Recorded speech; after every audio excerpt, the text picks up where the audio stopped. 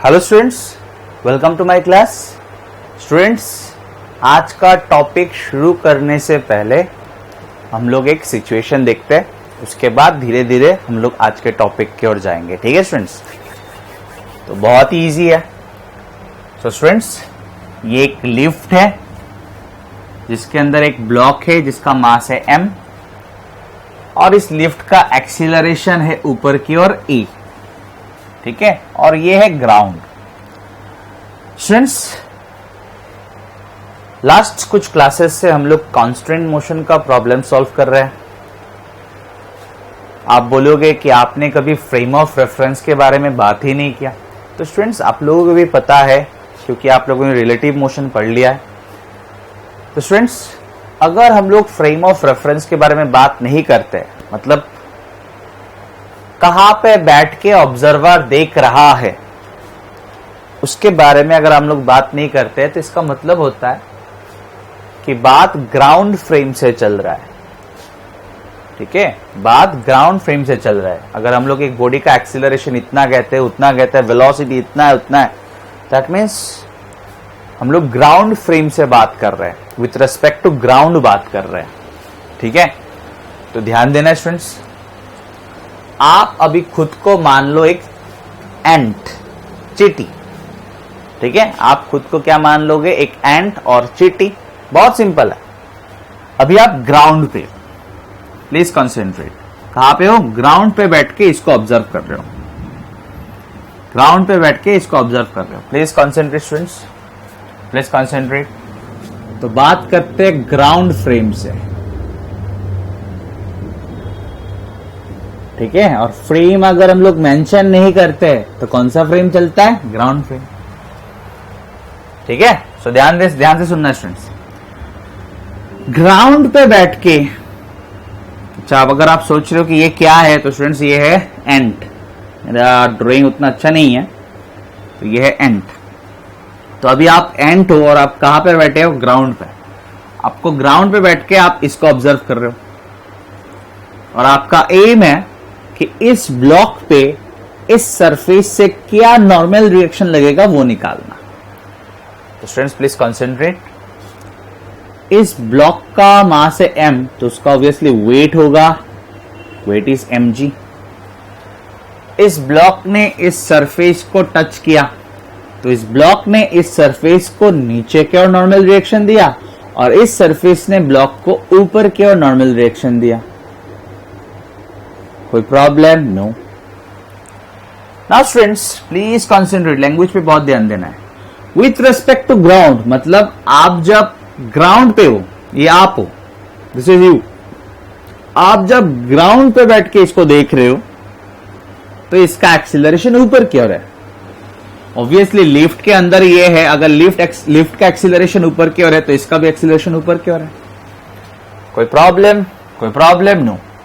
तो with respect to ground frame देखते हैं इसका free body diagram. So this is the block, ऊपर की ओर है एन नॉर्मल रिएक्शन, और नीचे की ओर है mg। Now with respect to ground frame, इस लिफ्ट का एक्सीलरेशन ऊपर की ओर है a, then it is obvious that इस ब्लॉक का भी एक्सीलरेशन ऊपर की ओर है a। कोई problem? No. Now students please concentrate. मुझे नॉर्मल रिएक्शन कैलकुलेट करना है। तो एक्सीलरेशन अगर ऊपर है तो नेट फोर्स किस ओर लेंगे आप? ऊपर की ओर। तो नेट फोर्स किस ओर है? ऊपर। तो ऊपर की ओर नेट फोर्स कितना होगा? n minus mg equals to m। आपने बेसिकली अप्लाई किया Newton second law, net force equals to mass multiplied by acceleration. ठीक है, कोई प्रॉब्लम? नो। आपने क्या अप्लाई किया students? By applying Newton second law आपको ये इक्वेशन मिला। So it is equals to n आया, नॉर्मल रिएक्शन आया mg प्लस ma।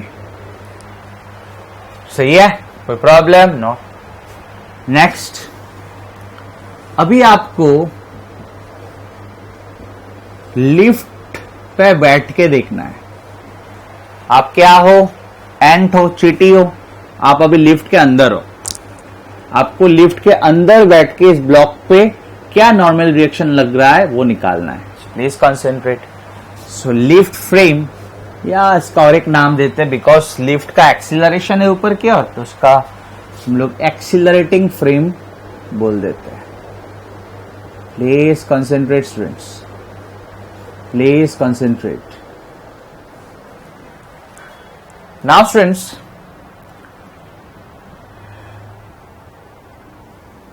इस लिफ्ट का ऊपर की ओर एक्सीलरेशन क्या है? ए। इस लिफ्ट का ऊपर की ओर एक्सीलरेशन क्या है? ए। इसका मतलब इस ब्लॉक का ऊपर की ओर एक्सीलरेशन क्या है? ए। आप भी इस बार लिफ्ट के अंदर हो तो आपका भी एक्सीलरेशन ऊपर की ओर क्या है? ए। ठीक है ना? इस ब्लॉक का एक्सीलरेशन ऊपर की ओर है ए, आप भी तो लिफ्ट के अंदर हो। दिस टाइम आप भी लिफ्ट के अंदर हो। इस केस में आपने यहां से ऑब्जर्व किया, ग्राउंड से, अभी आप लिफ्ट के अंदर हो। तो स्टूडेंट्स, लिफ्ट का एक्सीलरेशन ऊपर की ओर है ए, दैट मींस इस ब्लॉक का एक्सीलरेशन ऊपर की ओर है ए और आपका भी एक्सीलरेशन ऊपर की ओर है ए। तो आपके हिसाब से तो ये ब्लॉक रेस्ट पे है, आपके हिसाब से तो ये ब्लॉक रेस्ट पे है। समझ में आ रहा है? तो आपके हिसाब से अगर ये ब्लॉक रेस्ट पे है तो आपके हिसाब से, now you are inside the lift, तो आपके हिसाब से इसका एक्सीलरेशन कितना है? 0। तो अभी फ्री बॉडी डायग्राम क्या होगा? फ्री बॉडी डायग्राम क्या होगा students?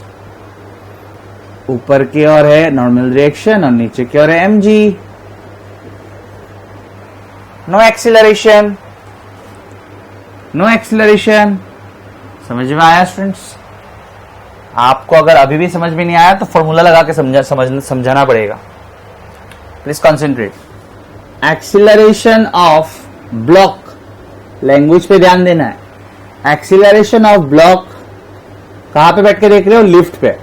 With respect to lift is equal to क्या होगा? Acceleration of block minus acceleration of lift. पता है ना स्टूडेंट्स ये सब formula? velocity of A with respect to B is equals to velocity of A minus velocity of B. ये सब करवाया ना मैंने students in relative motion. So acceleration of block with respect to lift is equals to acceleration of block minus acceleration of lift. सिर्फ acceleration of block बोल रहे हो मतलब with respect to ground. सिर्फ acceleration of lift बोल रहे हो मतलब with respect to ground. Now please concentrate.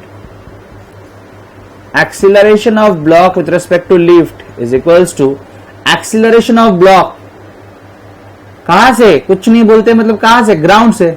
तो ब्लॉक का एक्सीलरेशन ग्राउंड से क्या है? ए है। आप ग्राउंड से देखोगे तो इसका एक्सीलरेशन इस ओर क्या है? ए। देन एक्सीलरेशन ऑफ लिफ्ट कुछ नहीं मतलब विद रिस्पेक्ट टू ग्राउंड, तो ग्राउंड पे बैठ के आप लिफ्ट को देखोगे तो लिफ्ट का एक्सीलरेशन क्या है? ए। तब तो ये 0 आया। तो वही तो मैं समझा रहा था कि आप ब्लॉक को देख रहे हो कहां से? लिफ्ट से। लिफ्ट पे बैठ के लिफ्ट में रखा हुआ ब्लॉक को देख रहे हो, लिफ्ट में बैठ के लिफ्ट में रखा हुआ ब्लॉक को देख रहे हो। Acceleration of block with respect to lift, acceleration of block with respect to lift. ठीक है? कितना आया? 0। ये मैंने कहां से ड्रॉ किया? लिफ्ट पे बैठ के मुझे क्या दिख रहा है वो ड्रॉ किया। तो एक्सीलरेशन 0 है लिफ्ट पे बैठ के। समझ में आया? ऑब्वियसली आया स्टूडेंट्स। तो एक्सीलरेशन अगर 0 है तो नेट फोर्स इक्वल्स टू 0 होगा because net force equals to mass multiplied by acceleration. और अगर नेट फोर्स 0 है तो इस ओर का फोर्स और इस ओर का फोर्स इक्वल होना पड़ेगा। इस ओर का फोर्स और इस ओर का फोर्स इक्वल होना पड़ेगा। सो एन आया इक्वल्स टू mg। यहां पे आपने न्यूटन सेकेंड लॉ लगाया, यहां पे भी आपने न्यूटन सेकेंड लॉ लगाया।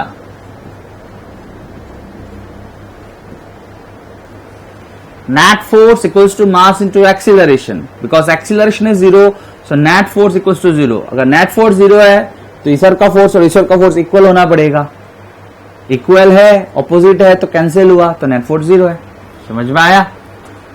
लेकिन आपने क्या नोटिस किया? आपने नोटिस किया कि यहां पे नॉर्मल रिएक्शन आया mg प्लस ma और यहां पे नॉर्मल रिएक्शन आया mg।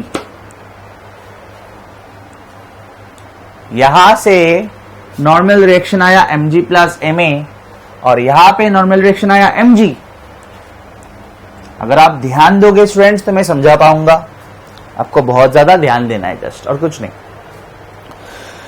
स्टूडेंट्स, हम लोगों को पता है कि अगर इस ब्लॉक को, प्लीज कंसंट्रेट, अगर इस ब्लॉक को एक वेट मशीन के ऊपर रखा होता,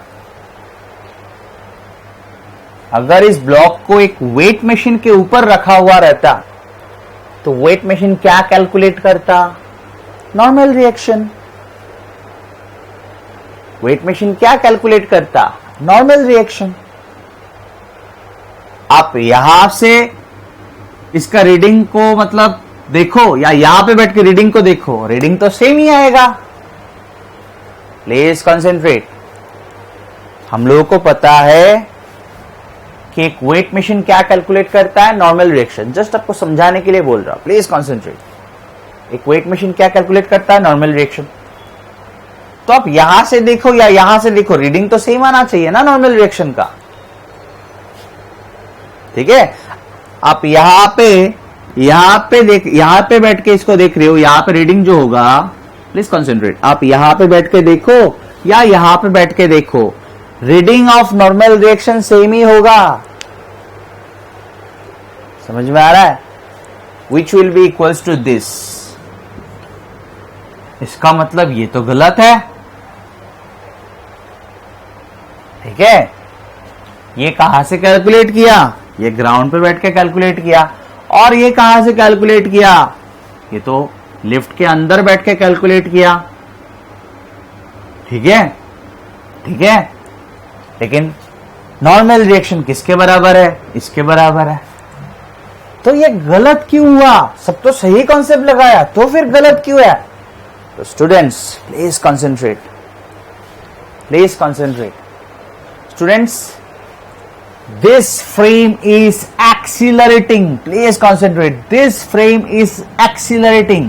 ये फ्रेम एक्सीलरेट कर रहा है और एक्सीलरेटिंग फ्रेम में बैठ के आप न्यूटन सेकेंड लॉ नहीं लगा सकते। ठीक है, आप एक्सीलरेटिंग, इस लाइन को प्लीज नोट डाउन करके रखिए।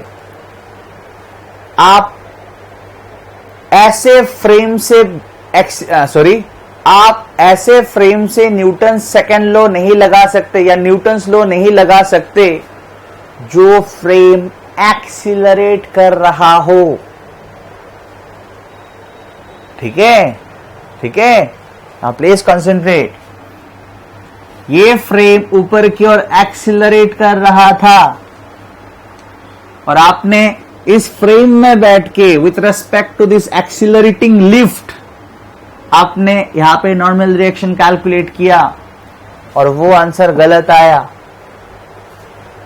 ठीक है स्टूडेंट्स, तो एक्सीलरेटिंग फ्रेम में बैठ के न्यूटन सेकेंड लॉ या सिंपली बोल सकते हो न्यूटन्स लॉ आप नहीं लगा सकते। आपका आंसर गलत आएगा। ठीक है स्टूडेंट्स, अभी हम लोग बात करेंगे inertial and non inertial frame of reference किसको कहता है। तो स्टूडेंट्स इसको थोड़ा रब कर देता हूं।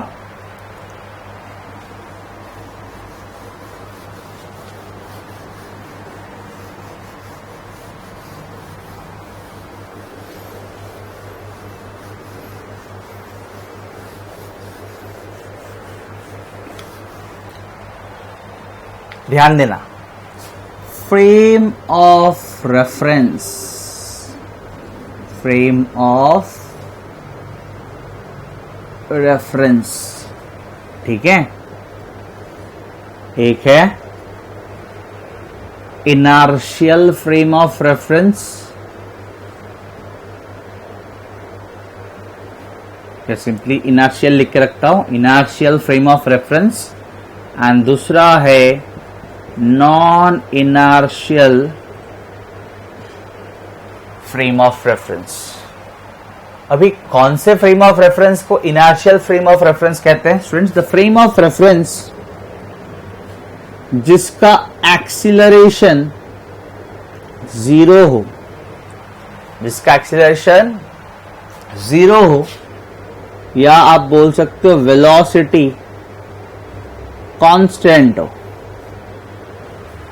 ठीक है, वो फ्रेम ऑफ रेफरेंस जिसका एक्सीलरेशन 0 हो, और अगर एक्सीलरेशन 0 होगा तो ऑब्वियसली वेलोसिटी कांस्टेंट होगा, वो सब फ्रेम ऑफ रेफरेंस को हम लोग कहते हैं इनर्शियल फ्रेम ऑफ रेफरेंस। ठीक है, ठीक है। Now what is non inertial frame of reference, तो आपको शायद समझ में आ गया होगा। Non inertial frame of reference उस फ्रेम ऑफ रेफरेंस को कहते हैं जहां पे एक्सीलरेशन, मतलब जिस फ्रेम का एक्सीलरेशन 0 नहीं है। लास्ट टाइम, जिस फ्रेम ऑफ रेफरेंस का एक्सीलरेशन 0 है या वेलोसिटी कांस्टेंट है, that frame of reference is known as inertial frame of reference. और वो फ्रेम ऑफ रेफरेंस जिसका एक्सीलरेशन 0 नहीं है, उस फ्रेम ऑफ रेफरेंस को कहते हैं non inertial frame of reference. ठीक है, now please concentrate. In inertial or with respect to inertial frame of reference, Newton's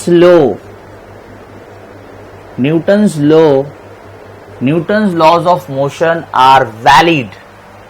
ठीक है, Newton's laws of motion are valid. ठीक है स्टूडेंट्स, आप inertial frame से Newton's law of motion लगा सकते हो, समझ में आया।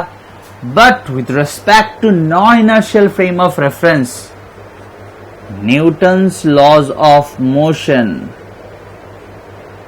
Are invalid. ठीक है, समझ में आया।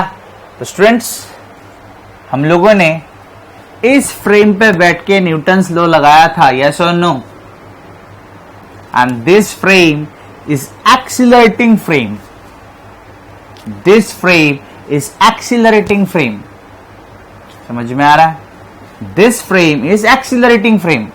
और accelerating frame में बैठ के न्यूटन्स लॉ ऑफ मोशन नहीं लगा सकते, इसीलिए with respect to this frame, जब इस फ्रेम में बैठ के हम लोगों ने नॉर्मल डायरेक्शन कैलकुलेट किया, वो गलत आया।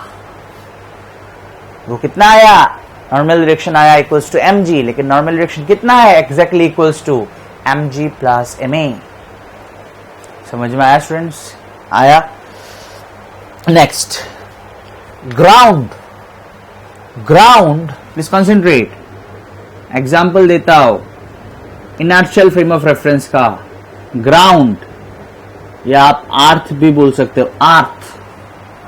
Ground is an inertial frame of reference. Please concentrate. Ground is an inertial frame of reference. Now students, आपको कुछ ही दिनों में पता चलेगा, मैं पढ़ाऊंगा आप लोगों को कि स्टूडेंट्स ऐसे घूमे, ऑब्वियसली हम लोगों को पता है ना कि अर्थ ऐसे घूमता है अबाउट इट्स एक्सिस। ठीक है ना, ऐसे घूमता है, पता है ना हम लोगों को। और ये भी पता है कि अर्थ सन के चारों ओर रिवॉल्व भी करता है। अर्थ ऐसे घूमता है और अर्थ सन के चारों ओर रिवॉल्व भी करता है। तो ऑब्वियसली आप लोगों को कुछ दिनों में पता चलेगा कि for both of the situation, for both of the cases, मतलब इस वाले मोशन के लिए और सन के चारों ओर जो रिवॉल्व करता है वो वाला मोशन के लिए, for both of the case there will be an acceleration। ठीक है, तो अर्थ भी रियलिटी में देखा जाए तो एक non inertial frame of reference है। ठीक है स्टूडेंट्स, लेकिन वो एक्सीलरेशन काफी कम है, जिसके वजह से हम उसको नेग्लेक्ट कर सकते हैं। किसका एक्सीलरेशन का बात कर रहा हूं? अर्थ का। ठीक है, अर्थ का। बिकॉज अर्थ का एक्सीलरेशन कहां से आया? Because of this motion, rotational motion, and because ये सन के चारों ओर रिवॉल्व भी करता है. So because of this two type of motion of earth का भी एक्सीलरेशन है. ठीक है, but the value of this acceleration is very small and thus can be neglected. So we can take earth, we can consider earth as an inertial frame of reference. We can take earth as an inertial frame of reference. समझ में आया? This accelerating lift is a non-inertial frame of reference. आप अगर बोलोगे sir और दो example देंगे क्या सर? दे देते हैं. For example this is a car and it is moving in this direction with constant velocity. ठीक है, it is moving in this direction with constant velocity. ठीक है, and this is another car. This is another car, and this car is moving in this direction with constant acceleration. That means आप इस पे बैठ के, आप इस car पे बैठ के आप न्यूटन्स लॉ लगा सकते हो, लेकिन आप इस कार पे बैठ के न्यूटन्स लॉ नहीं लगा सकते.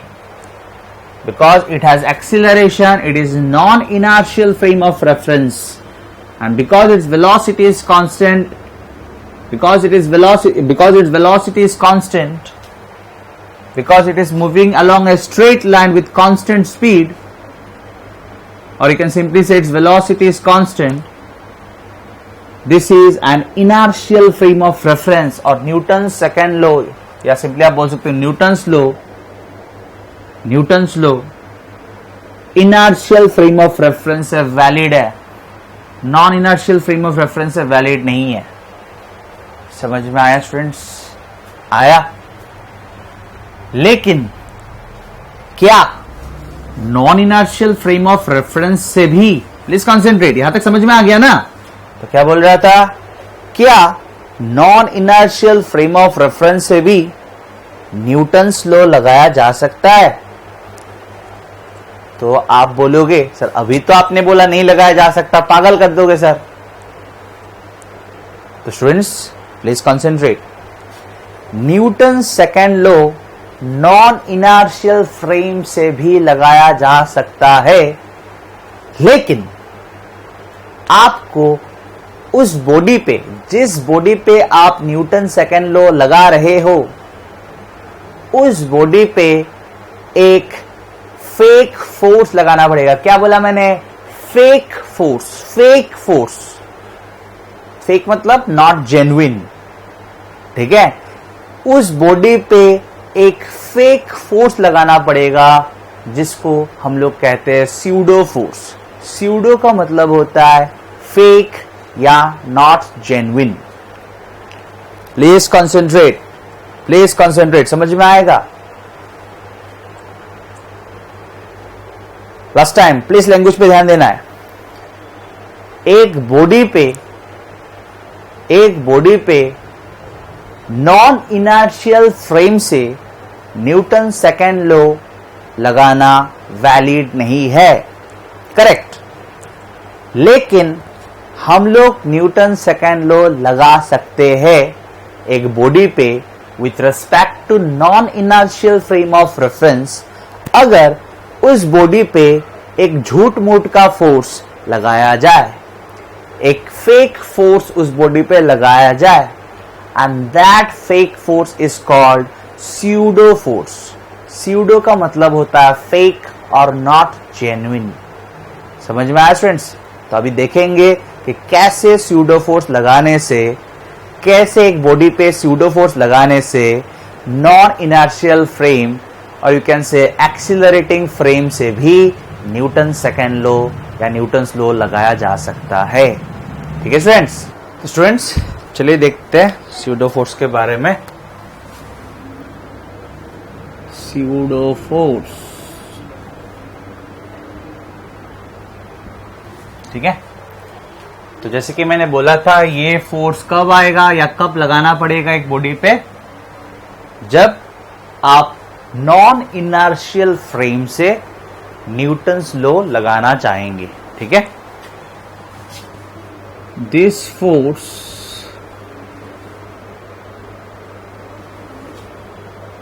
need to be introduced, this force need to be introduced in a body while applying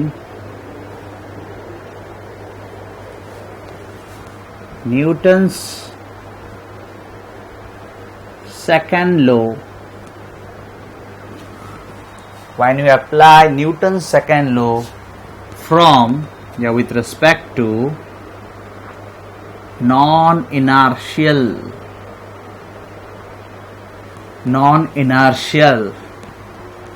यानी कि accelerating, simple, non inertial frame of reference. ठीक है। किसी भी बॉडी पे अगर आप न्यूटन सेकेंड लॉ लगाना चाहते हो विथ रेस्पेक्ट टू या from non inertial frame of reference, तब आपको उस बॉडी पे क्या लगाना पड़ेगा, स्यूडो फोर्स लगाना पड़ेगा। ठीक है। Please concentrate. स्यूडो फोर्स का मैग्नीट्यूड क्या होगा और डायरेक्शन क्या होगा देख लेते हैं। So now please concentrate students. The pseudo force is equals to mass of the body। Please ध्यान देना है, आप जिस बॉडी पे फोर्स लगाओगे, स्यूडो फोर्स लगाओगे, उस बॉडी का मास multiplied by acceleration of the non inertial frame. Non-inertial frame, acceleration of the non-inertial frame। Please concentrate. Pseudo force का मैग्नीट्यूड क्या होगा स्टूडेंट्स, प्लीज लैंग्वेज पे ध्यान देना है। जिस बॉडी पे आप स्यूडो फोर्स लगाओगे, that pseudo force will be equals to उस बॉडी का मास, जिस बॉडी पे लगा रहे हो उस बॉडी का मास मल्टीप्लाइड बाय एक्सीलरेशन किसका, आप जिस नॉन इनर्शियल फ्रेम मतलब तो उसका एक्सीलरेशन होगा ऑब्वियसली। एक्सीलरेटिंग फ्रेम्स को ही कहते हैं नॉन इनर्शियल फ्रेम। तो मल्टीप्लाइड बाय एक्सीलरेशन किसका होगा, जिस फ्रेम पे बैठ के आप, जिस नॉन इनर्शियल फ्रेम पे बैठ के आप ऑब्जर्व कर रहे हो, उस नॉन इनर्शियल फ्रेम का एक्सीलरेशन। ठीक है। ठीक है। और इस स्यूडो फोर्स का डायरेक्शन किस ओर होगा, इस स्यूडो फोर्स का डायरेक्शन किस ओर होगा, डायरेक्शन ऑफ स्यूडो फोर्स, या ऐसे लिख देता हूं, direction of pseudo force. Direction of pseudo force किस और डायरेक्शन ऑफ स्यूडो फोर्स होगा, फोर्स लगा देंगे, फोर्स का तो डायरेक्शन भी देना पड़ेगा। So direction of pseudo force, it is opposite to the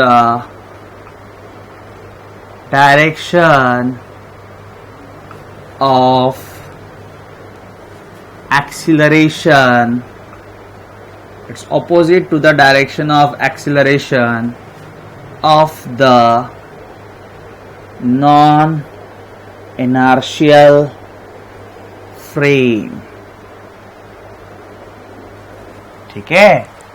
non inertial frame का एक्सीलरेशन का जो डायरेक्शन होगा, नॉन इनर्शियल फ्रेम का एक्सीलरेशन का जो डायरेक्शन होगा, स्यूडो फोर्स का डायरेक्शन ठीक ऑपोजिट में लगाना पड़ेगा। नॉन इनर्शियल फ्रेम के एक्सीलरेशन के डायरेक्शन के ठीक ऑपोजिट लगाना पड़ेगा। ठीक है। तो अगर आप एक बॉडी पे स्यूडो फोर्स लगाते हो तो आप नॉन इनर्शियल फ्रेम से आप न्यूटन सेकेंड लॉ लगा सकते हो। ठीक है। स्यूडो फोर्स का नाम स्यूडो फोर्स इसलिए है क्योंकि ऐसा फोर्स सचमुच में उस बॉडी पे एक्ट नहीं कर रहा है। It is a fake force. ठीक है। तो स्टूडेंट्स स्यूडो फोर्स जस्ट हम लोग इसलिए इंट्रोड्यूस किया जिससे कि नॉन इनर्शियल फ्रेम से भी न्यूटन्स लॉज लगाया जा सके। समझ में आया स्टूडेंट्स? तो स्टूडेंट्स इस बार हम लोग फिर से इस लिफ्ट के रेस्पेक्ट में, मतलब इस लिफ्ट पे बैठ के फिर से हम लोग नॉर्मल रिएक्शन कैलकुलेट करेंगे। Now because this lift is an accelerating frame of reference, और you can say this lift is a non-inertial frame of reference. That means to apply Newton's second law to this body, we should introduce pseudo force. Please concentrate. So फिर से हम लोग normal reaction निकालेंगे on this block by this surface. कहाँ पे बैठ के? Lift पे बैठ के, मतलब नॉन इनर्शियल फ्रेम पे बैठ के या एक्सीलरेटिंग फ्रेम पे बैठ के। So please concentrate students. So lift frame, ठीक है, या आप यहां पे लिख सकते हो, मैं और नहीं लिख रहा हूं, एक्सीलरेटिंग फ्रेम, और यू कैन से राइट नॉन इनर्शियल फ्रेम। फिर से ब्लॉक को लेते हैं, एकदम इजी, कोई टेंशन लेने वाला बात नहीं है, वेरी इजी। ब्लॉक पे लग रहा है ऊपर की ओर नॉर्मल रिएक्शन, ब्लॉक पे लग रहा है नीचे की ओर उसका वेट, ठीक है, एकदम easy. Students, I have already explained कि with respect to this lift, this block is at rest, और इसका एक्सीलरेशन क्या है? 0 है। With respect to this lift, इसका एक्सीलरेशन क्या है? 0 है। कोई प्रॉब्लम? कोई प्रॉब्लम? No sir. नेक्स्ट हो गया।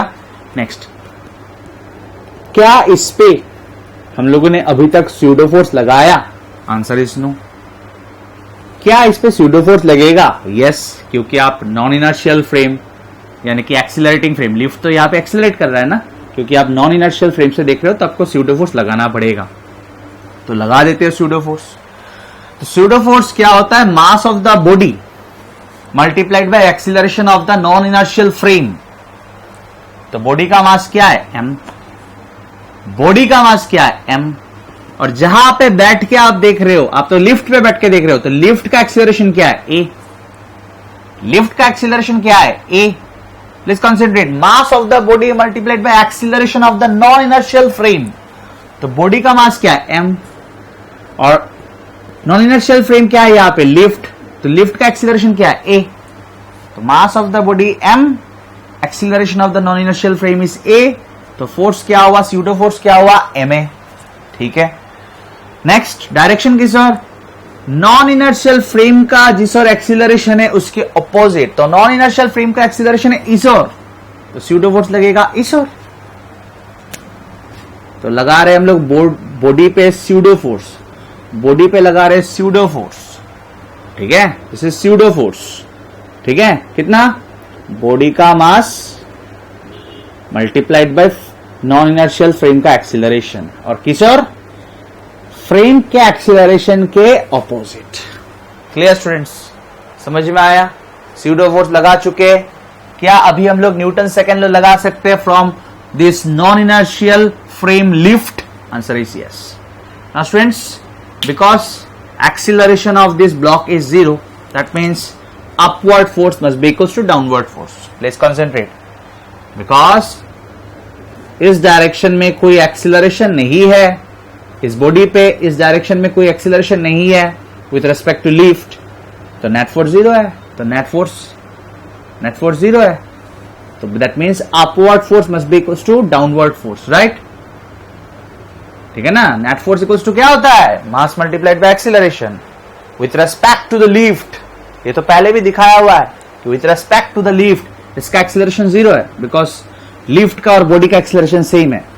तो with respect to this lift acceleration of this block is 0। अगर एक्सीलरेशन 0 है तो न्यूटन सेकंड लॉ कहता है कि net force must be equals to 0, because net force equals to mass into acceleration. अगर एक्सीलरेशन 0 तो नेट फोर्स 0, और अगर नेट फोर्स 0 तो upward force must be equals to downward force. तो n equals to upward force must be equals to downward force mg plus ma। हम लोगों ने Newton second law apply इसलिए कर पाया क्योंकि हम लोगों ने स्यूडो फोर्स डाला। समझ में आया? और डालने के बाद हम लोगों ने देखा कि वही नॉर्मल रिएक्शन आया जो आना चाहिए। ग्राउंड फ्रेम से जब देखा था तब यही नॉर्मल रिएक्शन आया था। यस और no students? Clear?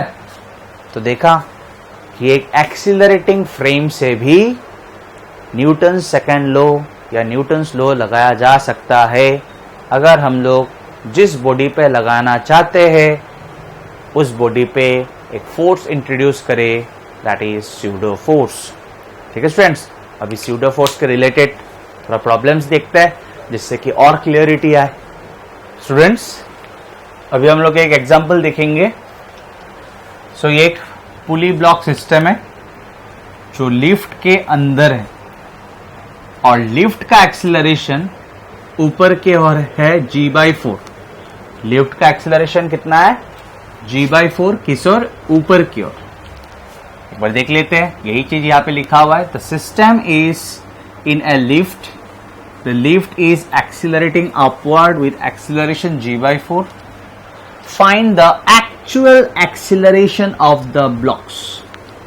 Find the actual acceleration of the blocks मतलब आपको ब्लॉक्स का एक्सीलरेशन निकालना है। ये दोनों ब्लॉक्स का एक्सीलरेशन निकालना है, sorry, with respect to ground. Actual acceleration मतलब समझा रहा है ग्राउंड से। ठीक है? With respect to ground. Please concentrate students. So हम लोग अभी देखेंगे लिफ्ट फ्रेम से। Lift frame and obviously it is a non inertial frame. Why? Because इसका एक्सीलरेशन है ऊपर की ओर g/4। लिफ्ट का एक्सीलरेशन ऊपर की ओर है g/4। So it is an accelerating frame of reference और you can say non inertial frame of reference. Please concentrate students, please concentrate. This is a block जिसका मास है 2m and this is another block जिसका mass है m। कहां से देख रहा हूं मैं? लिफ्ट फ्रेम से। ये जो फिगर अभी ड्रॉ कर रहा हूं, ये जो फ्री बॉडी डायग्राम ड्रॉ कर रहा हूं, ये कहां से? लिफ्ट फ्रेम से।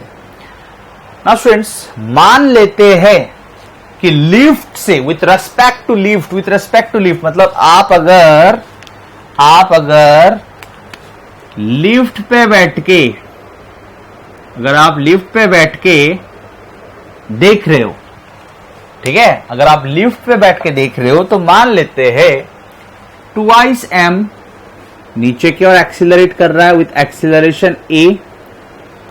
कहां पे बैठ के देख रहे हो? लिफ्ट पे बैठ के। कहां पे बैठ के देख रहे हो? लिफ्ट पे बैठ के। ठीक है? तो 2m अगर नीचे की ओर एक्सीलरेट करेगा तो आपको लिफ्ट पे बैठ के दिखेगा कि ये वाला बॉडी ऊपर की ओर एक्सीलरेट कर रहा है विथ एक्सीलरेशन a। ठीक है? कोई प्रॉब्लम? नो। नेक्स्ट 2m पे क्या क्या फोर्स लग रहा है वो देख लेते हैं। तो उसका वेट होगा 2mg। नेक्स्ट यहां पे इस थ्रेड पे टेंशन मान लेते हैं T, तो यहां पे अवे फ्रॉम द बॉडी यानी कि ऊपर की ओर टेंशन लगेगा T। ठीक है? ठीक है? नेक्स्ट और कोई फोर्स लगेगा या नहीं लगेगा? हाँ, लगाना पड़ेगा क्योंकि आप लिफ्ट फ्रेम से देख रहे हो which is a non inertial frame. तो आपको इस बॉडी पे स्यूडो फोर्स भी लगाना पड़ेगा अगर आपको न्यूटन सेकंड लॉ अप्लाई करना है। तो pseudo force first of all किस ओर होगा? तो फ्रेम का एक्सीलरेशन जिस ओर उसके ऑपोजिट। तो फ्रेम का एक्सीलरेशन है इस ओर, लिफ्ट किस ओर एक्सीलरेट कर रहा है? इस ओर। तो फ्रेम के एक्सीलरेशन के ऑपोजिट कितना? बॉडी का मास मल्टीप्लाइड बाय फ्रेम का एक्सीलरेशन। फ्रेम का एक्सीलरेशन कितना? g/4। तो बॉडी का मास 2m मल्टीप्लाइड बाय फ्रेम का एक्सीलरेशन g/4। समझ में आया होगा स्टूडेंट्स? नेक्स्ट इस वाले में देखते हैं। इसका वेट mg। नेक्स्ट यहां पे लगेगा टेंशन, टेंशन के वजह से यहां पे फोर्स लगेगा, सो T। नेक्स्ट क्योंकि आप लिफ्ट फ्रेम से देख रहे हो and lift is a non inertial frame here, इसका एक्सीलरेशन है ऊपर की ओर, तो आपको लगाना पड़ेगा स्यूडो फोर्स। ठीक है? स्यूडो फोर्स किस ओर होता है? लिफ्ट के एक्सीलरेशन यानी कि फ्रेम के एक्सीलरेशन के ऑपोजिट। तो फ्रेम का एक्सीलरेशन है ऊपर की ओर, तो स्यूडो फोर्स होगा नीचे की ओर। ठीक है? कितना? बॉडी का मास मल्टीप्लाइड बाय फ्रेम का एक्सीलरेशन, तो बॉडी का मास है m, फ्रेम का एक्सीलरेशन है g/4। Very easy, very easy. तो आपको सूडो फोर्स अच्छी तरह से क्लियरली दिखे इसलिए मैंने ब्लू से दिखाया, ठीक है। तो students, with respect to lift, with respect to lift, with respect to lift, lift पे बैठ के आपको दिखा कि इसका एक्सीलरेशन नीचे की ओर है a और इसका एक्सीलरेशन ऊपर की ओर है a। ऑब्वियसली इसका एक्सीलरेशन अगर नीचे की ओर होगा a तो इसका एक्सीलरेशन ऊपर की ओर होगा a, ठीक है। कोई प्रॉब्लम? कोई प्रॉब्लम? No sir. नेक्स्ट, अभी इक्वेशन लगाते हैं इसका। एक्सीलरेशन किस ओर दिख रहा है स्टूडेंट्स? नीचे की ओर। एक्सीलरेशन किस ओर है? नीचे की ओर। तो नेट फोर्स किस ओर लेना है? नीचे। सिंपल, इस पे लगा रहा हूं, हाँ, Newton second law. So net force in the downward direction, मतलब नीचे का टोटल फोर्स, नीचे का टोटल फोर्स, ठीक है ना, माइनस टी माइनस ऊपर का force. Net force will be in the downward direction, acceleration नीचे लिया ना, सो नेट फोर्स नीचे का टोटल फोर्स माइनस ऊपर का force equals to mass multiplied by acceleration. हो गया एक इक्वेशन। अभी इस पे लगाते हैं, इसका एक्सीलरेशन किस ओर है? ऊपर की ओर। तो नेट फोर्स किस ओर? ऊपर की ओर, मतलब ऊपर का फोर्स माइनस नीचे का फोर्स करना पड़ेगा। सो टी माइनस नीचे का फोर्स क्या है? This plus this, mg plus mg/4 equals to mass multiplied by acceleration. Students, इन दोनों इक्वेशन से आप टेंशन निकाल सकते हो। Tension in the thread question में पूछा नहीं, लेकिन आप निकाल सकते हो, पूछ भी सकता है। और ये वाला एक्सीलरेशन भी निकाल सकते हो। ये कौन सा एक्सीलरेशन है? Acceleration of the blocks with respect to lift, ठीक है। तो इन दोनों इक्वेशन को ऐड कर देते हैं। इसको मान लेते हैं इक्वेशन नंबर 1 और इसको मान लेते हैं equation number 2। So let us add equation 1 and 2, ठीक है students. So minus T and plus T cancel, minus T and plus T cancel. तो लेफ्ट हैंड साइड में क्या आएगा? 2, ये तो आ गया mg/2 ना, तो ये हो गया mg/2, ये वाला 2 कैंसिल, प्लस 2 mg। अच्छा, देन यहाँ पे है माइनस mg। अच्छा, देन यहाँ पे होगा माइनस mg/4। अच्छा, देन इक्वल्स टू, ऐड किया ना मैंने इन दोनों को, तो 2ma प्लस ma होगा 3ma। तो यहां से a निकल के आ जाएगा, एक्सीलरेशन निकल के आ जाएगा, ठीक है। a निकल के आ जाएगा, निकालिए a निकालते हैं। सो एलसीएम हो गया 4, ये होगा 2mg, ये होगा 8mg, ठीक है। ये होगा माइनस 4mg, ये होगा minus mg equals to thrice ma। अच्छा, तो 8mg प्लस 2mg हो गया 10mg। 10mg ये है माइनस 5mg, तो हो गया माइनस 5mg, सॉरी माइनस 5 नहीं, 10 minus 5 is 5, 5mg/4 equals to 3ma। तो m कैंसिल, एक्सीलरेशन कितना है स्टूडेंट्स? एक्सीलरेशन कितना आया? 5g, 3 आके इधर मल्टीप्लाई होगा 5g/12, ठीक है। मतलब स्टूडेंट्स ध्यान देना पड़ेगा, ध्यान देना पड़ेगा। मतलब लिफ्ट के रेस्पेक्ट में, लिफ्ट के रेस्पेक्ट में, लिफ्ट के रेस्पेक्ट में इसका एक्सीलरेशन है नीचे की ओर 5g/12 और इसका एक्सीलरेशन है ऊपर की ओर 5g/12। लेकिन आपको तो लिफ्ट के रेस्पेक्ट में निकालने के लिए नहीं बोला गया, आपको बोला गया टू फाइंड एक्चुअल एक्सीलरेशन। ये एक्सीलरेशन कैसे हो गया मेरा? To find the actual acceleration of the blocks, ठीक है। स्लिप ऑफ टंग से क्या अद्भुत चीज बन जाता है ना, एक्सीलरेशन बोल दिया मैंने। To find the actual acceleration of the blocks, मतलब ब्लॉक्स का एक्सीलरेशन निकालना है with respect to ground, with respect to ground निकालने के लिए बोला गया। तो हो जाएगा स्टूडेंट्स, ध्यान देना है, ध्यान देना है, ध्यान देना है, ध्यान देना है। तो इस पार्ट को मैं रब कर देता हूं, ठीक है, इस पार्ट को मैं रब कर देता हूं। तो रब कर रहा हूं, सिर्फ ए याद रहना चाहिए। ए कितना है 5G/12, 5G/12।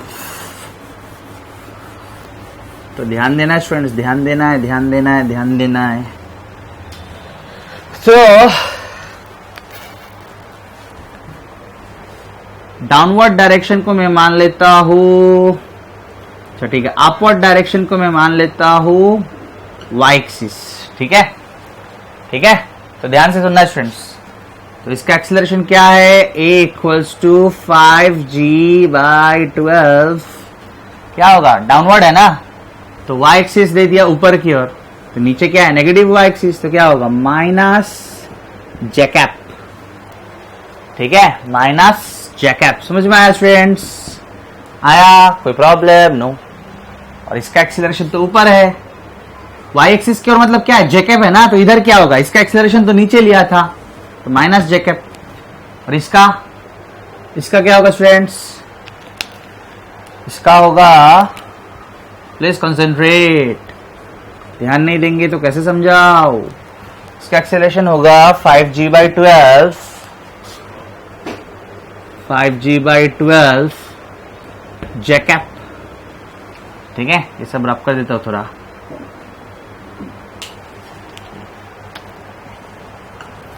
ठीक है स्टूडेंट्स, समझ में आया।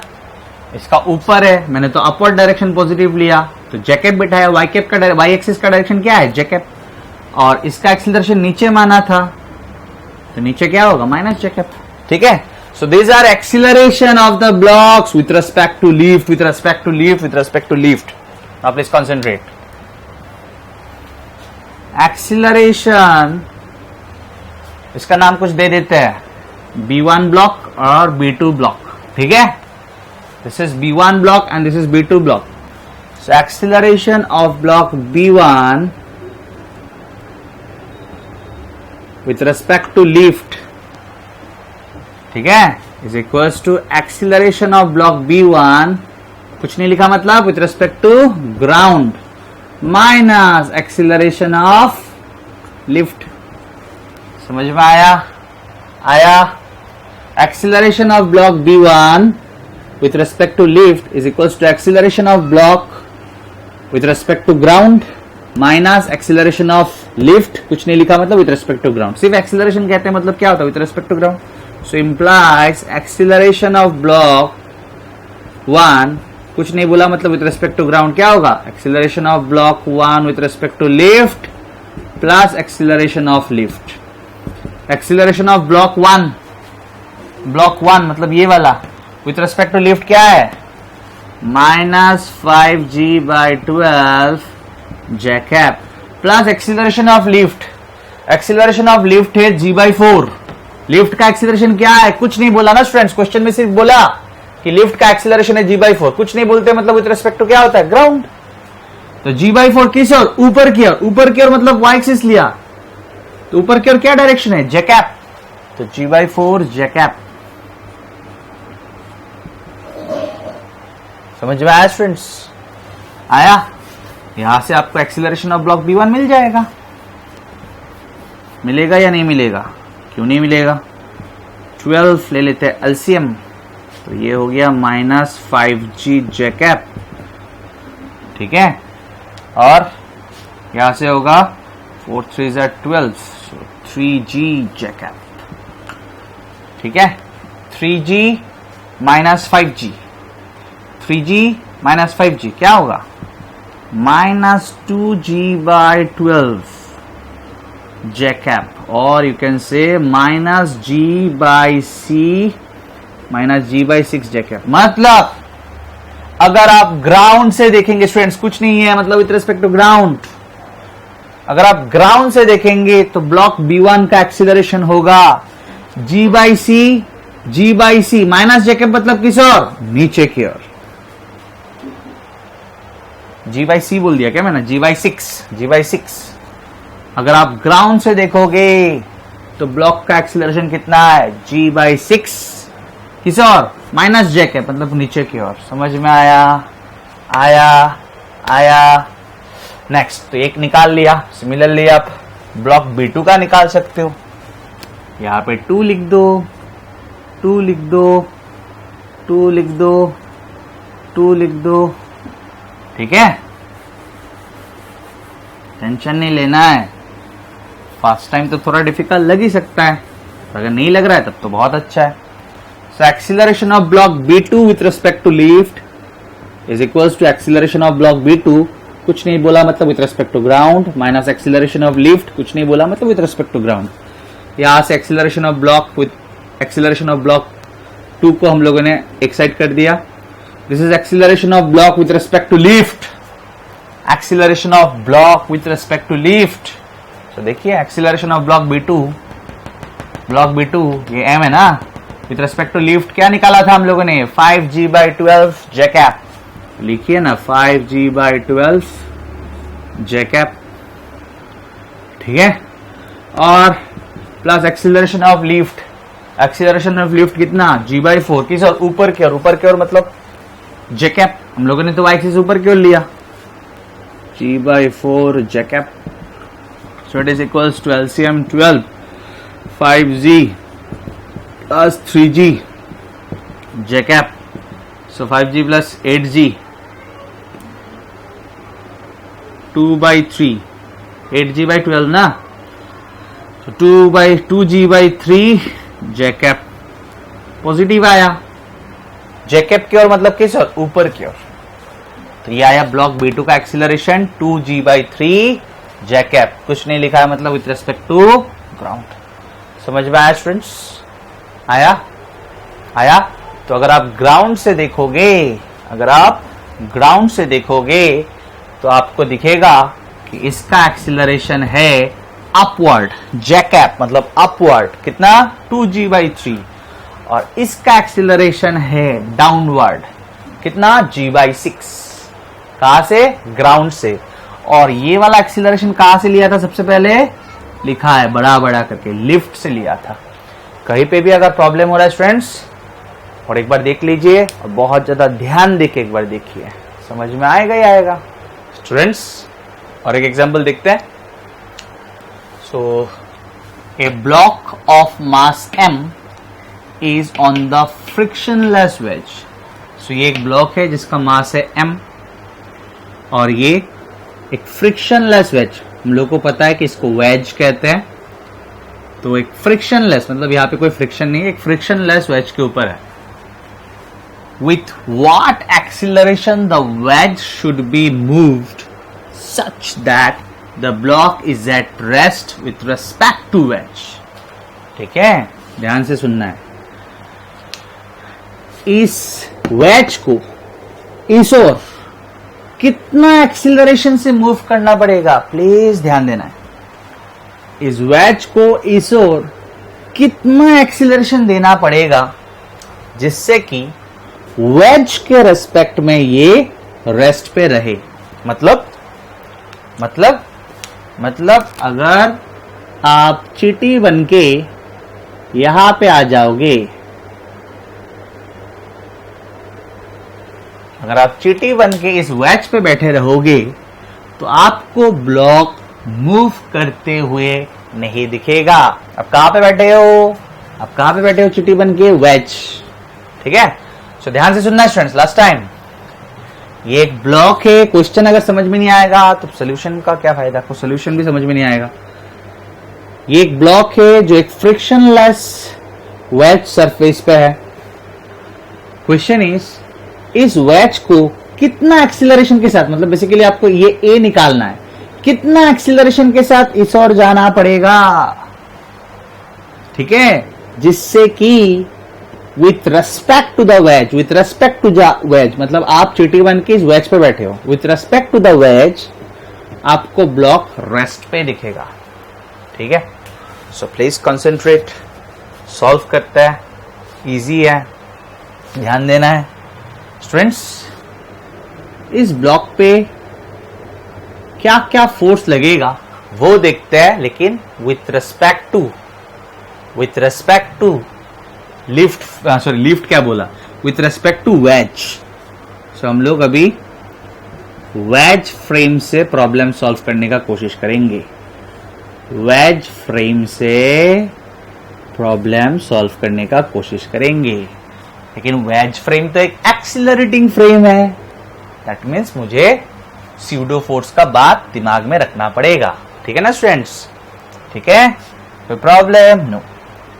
अभी फिगर थोड़ा खराब हो सकता है, इसलिए ध्यान ज्यादा देना है स्टूडेंट्स। इसका mg वेट होगा नीचे की ओर, यस और नो? Yes sir. देन हम लोग को पता है कि if this angle is theta then this angle is theta, पता है ना स्टूडेंट्स? कितना बार समझाया मैंने? Whereas this line is perpendicular to the incline plane, समझ में आया होगा? तो अगर ये थीटा है तो ये थीटा है। नेक्स्ट, और क्या फोर्स लगेगा? और लगेगा इस और नॉर्मल रिएक्शन, इस सरफेस के द्वारा इस ब्लॉक पे लगेगा normal reaction. Normal to the surface होता है ना, सरफेस के नॉर्मली होता है। नेक्स्ट, और क्या? और क्या? और क्या? यस, और एक फोर्स है स्टूडेंट्स। कौन सा? क्योंकि आप वेज फ्रेम से सॉल्व करोगे, वेज फ्रेम से न्यूटन सेकंड लॉ लगाने का कोशिश करोगे, तो आपको लगाना पड़ेगा स्यूडो फोर्स। आपको क्या लगाना पड़ेगा? Pseudo force. ठीक है, क्योंकि वेज एक्सिलरेट कर रहा है, वेज एक्सिलरेट कर रहा है, तो स्यूडो फोर्स किस ओर होगा? स्यूडो फोर्स होगा, स्यूडो फोर्स होगा फ्रेम के एक्सिलरेशन के ऑपोजिट। फ्रेम इस ओर एक्सिलरेट कर रहा है तो ऑपोजिट कितना होगा? जिस बॉडी पे लगा रहे हो उस बॉडी का मास मल्टीप्लाइड बाय जिस फ्रेम के रेस्पेक्ट में देख रहे हो उस फ्रेम का एक्सिलरेशन। इतना सिंपल। यस और नो? यस और नो स्टूडेंट्स? यस। तो अभी यहां पे इसी ब्लॉक को ड्रॉ करेंगे, ध्यान देना है स्टूडेंट्स। ठीक है, और इस इंक्लाइन प्लेन के पैरेलल एक लाइन खींचेंगे और इस इंक्लाइन प्लेन के परपेंडिकुलर एक लाइन खींचेंगे। कोई टेंशन लेने वाला बात नहीं है, बहुत इजी है।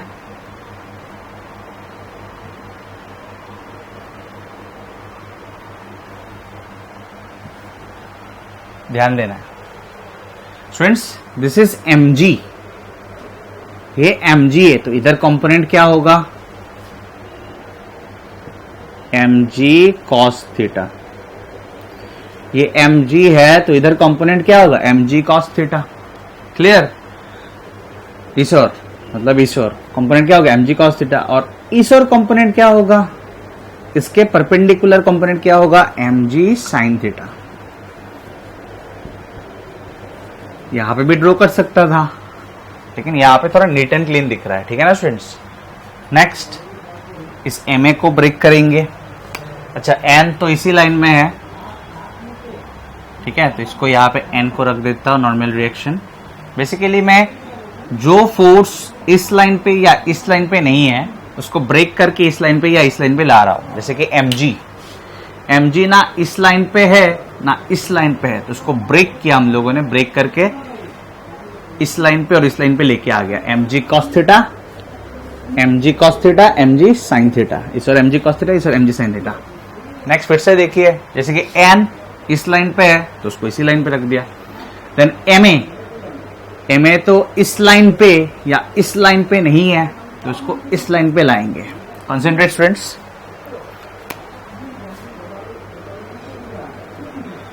ध्यान देना है, दिस प्लस दिस इज 90, दिख रहा है ना आपको? दिस प्लस दिस इज 90 और ये भी दिख रहा है आपको, दिस प्लस दिस इज 90। तो ये अगर थीटा तो ये भी थीटा होना पड़ेगा। क्लियर? समझ में आया? तो अब आप बोलिए, अगर इधर ma है तो इधर क्या होगा? इधर होगा ma cos थीटा।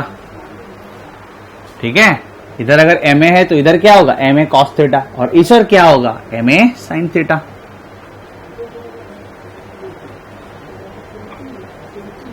हो गया स्टूडेंट्स? अभी तो इजी है, हो गया ना। वेज फ्रेम से आप देख रहे हो, वेज फ्रेम से तो ये ब्लॉक रेस्ट पे होना चाहिए। आपको यही क्वेश्चन में बोला गया कि वेज को कितना एक्सीलरेशन से इधर जाना पड़ेगा? वेज को कितना एक्सीलरेशन से इस ओर जाना पड़ेगा जिससे कि वेज रेस्ट पे हो। तो with respect to wedge frame ये तो रेस्ट पे है। अगर ये रेस्ट पे है, अगर ये रेस्ट पे है तो इस ओर का फोर्स और इस ओर का फोर्स तो इक्वल होना पड़ेगा। अगर ये ब्लॉक रेस्ट पे है तो इस ओर का फोर्स और इस ओर का फोर्स तो इक्वल होना पड़ेगा। That means ma cos theta equals to ma sin theta. आप यहां पे लिख सकते हो along the incline plane, along the incline plane इस ओर का फोर्स और इस ओर का फोर्स इक्वल होना पड़ेगा। ma cos theta equals to mg sin theta. So m cancel, so implies a equals to g sin theta by cos theta, sin theta by cos theta होगा tan theta। तो acceleration students निकल के आ चुका है, acceleration निकल के आ चुका है कि इस वेज को इस ओर कितना एक्सीलरेशन के साथ जाना पड़ेगा, g tan theta। Clear, acceleration निकल के आ चुका है। लेकिन क्वेश्चन और एक क्वेश्चन में मतलब और एक चीज पूछा है, नॉर्मल रिएक्शन निकालने के लिए पूछा है। तो स्टूडेंट्स ये क्या डायरेक्शन है, perpendicular to the incline plane. तो आप यहां पे लिख सकते हो along the perpendicular along the direction perpendicular to the incline plane, या सिंपली लिख सकते हो along perpendicular to the incline plane इस ओर। तो ये ब्लॉक अगर रेस्ट में है तो इस ओर का force must be equal to इस ओर का फोर्स, इस ओर का force must be equal to इस ओर का फोर्स।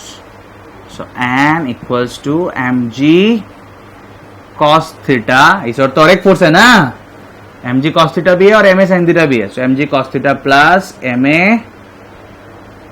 sin theta। ठीक है स्टूडेंट्स, समझ में आया? आया?